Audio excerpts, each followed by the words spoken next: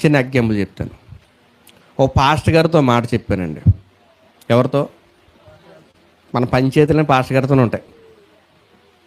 Pastor గారితో ఓ మాట చెప్పాను.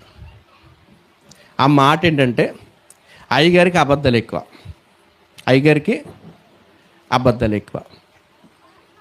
అక్కడ మాట ఇక్కడ మాట చేరవేసేవాడు ఆయన. మాట్లాడితే ఏమంటారు? ఎక్కడ గొడవలని ఎత్తుకొస్తారు. అవును కదా? ఆ బాధ ఏది చెప్పారు, ఇంక వినేసి ఏం చేయాలి? వదిలేయి. అది పట్టుకొని వేరే చోట చెప్పుకో. చెప్తుంటాను, పాస్టర్ గారు మీ పద్ధతి ఏం బాగాలేదు, జాగ్రత్త అన్నాను. ఏమన్నానండి? జాగ్రత్త, ఎలాగుంటే చీటి చిరిగిపోద్ది, జాగ్రత్త అన్నాను. చాలా కోపం వచ్చింది పాస్టర్ గారికి. అర్థమవుతుందండి? ఎందుకంటే మ్యాక్సిమం వినటాకుండరు, ఎవరో సేవకులు ఉంటారండి చెప్పడానికే. అందుకే 5 నిమిషాలు చెప్పమంటే అంతసేపు చెప్తారు. అమ్మా నాకు 5 నిమిషాలు ఇస్తావు నువ్వు అని కేకేసుకుని అంటారా? ఎంత ఇవ్వాలంట? గంట. పోనీ చెప్పు, బాగానే ఉంది. వాక్యానికి తగ్గ జీవితం ఉందని చెప్తాకేమన్నా ఉంటుందా?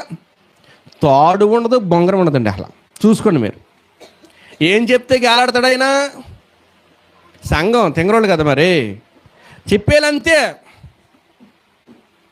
మాట చెప్పిన ప్రియ దేవుని బిడ్డలారా, చెప్పేవాడు చేసేవాడై ఉండాలి. నాకేమి రాకపోతే దీంట్లో నేను పాటించకపోతే చెప్తే ఏమైనట్టు? అది సంఘం ఏమంటారు పక్క నుంచి? ఈయన బాగా చెప్తారు కానండి, ఇంటికి వెళ్ళిన తర్వాత సరిగా లేదు. మేమే ఉండలేకపోతే మేము ఎలా ఖండించగలమా? ఏమీ లేని వాళ్ళు ఏంట రాసుకుని వచ్చి ఏం చేస్తారంట, గంటలు చెప్పి చెప్తూనే ఉంటాడట. ఒకవేళ అవకాశం ఇవ్వకపోతే వాళ్ళ పాస్టర్ గారు అంటే వెళ్ళకూడదండి అక్కడికి. కారణం అది గొడవ. అందుకే సేవకులు మ్యాక్సిమం అండి వినరు. ఏం చేయడానికి వస్తారు పాపం? చెప్పడానికి. అవునంటారు కాదన్నారు. గమనించాను. ఎందుకు అంటానంటే, ఆయనతో మాట్లాడాను, ఇలాగ అన్నాను, అయ్యా పరిస్థితి బాగాలేదు, బ్రతకడం కొరకు బైబిల్ పట్టుకోకు, బ్రతికించడం కొరకే బైబిల్ పట్టుకోవాలని చెప్పా. నాతో ఛానల్ మాట్లాడలేదండి. అర్థమవుతుందండి? ఛానల్ మాట్లాడలేదు. ఇలాగొస్తే అలాగే వెళ్ళిపోయాడు ఆయన. ఇలాగొస్తుంటే అలాగే వెళ్ళిపోయాడు ఆయన. మీరు చర్చి చూశారు కదమ్మా, చూసారా? మన వచ్చారు చూసారా? ఆ చర్చి పాస్టర్ గారి గురించి చెప్తున్నా. నిష్ఫలమైన వాటిలో పాలివారై ఉండకుండా వాటిని నువ్వు ఖండించు. ఎక్కడి నుంచి వచ్చినాయి ఇవన్నీ కూడా? ఎక్కడి నుంచే నీ విత్తనాలు అన్నీ? ఎక్కడ ఈ మొక్కలన్నీ? లోకములో నుంచి సంఘంలో చేర్చబడ్డాయి. వాటిని పెంచే విధానం ఎలాగ ఉండాలి? పర్ఫెక్ట్గా ఉండాలి. అవునంటారు కాదంటారా?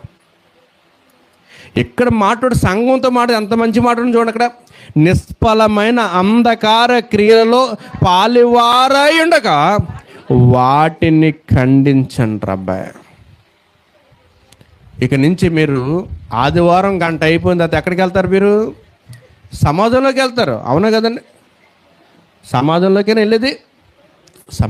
సమాజంలో లోకం ఎలాగుంది పరిస్థితి? బాగుందా? బాగలేదు. నిన్ను నువ్వు కాపాడుకోవాలంటే ప్రతిదీ కూడా దేవునికి వ్యతిరేకమైన నీ దగ్గరకు వస్తుంది, దాన్ని ఖండించాలి. వద్దా చెప్పండి? ఖండించాలి. ఎవరి గురించో మీ దగ్గర చెప్తున్నారు అనుకోండి, మీరేమనాలి? అమ్మా బాగా చెప్తున్నావురా, సోదటికి వచ్చి ఇంకాసేపు చెప్పు అనకూడదు. ఎందుకో తెలుసా? రేపొద్దున మన గురించి కూడా అదే వ్యక్తి ఎక్కడ మోస్తుంది? వేరే దగ్గర కొండెములు పలకొద్దని బైబిల్ చెప్తుంది కదండి. లేని వాత పుట్టించొద్దని బైబిల్ చెప్తుంది.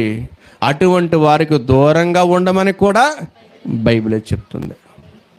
పర్వాలేదండి, వచ్చింది కదా ఆవిడ, వచ్చాడు కదా ఆయన అనుకుంటే నీ కొంప కూడా ఏదో రోజు ఇలాగని ఇలాగ వేసేసి పోద్దంతే.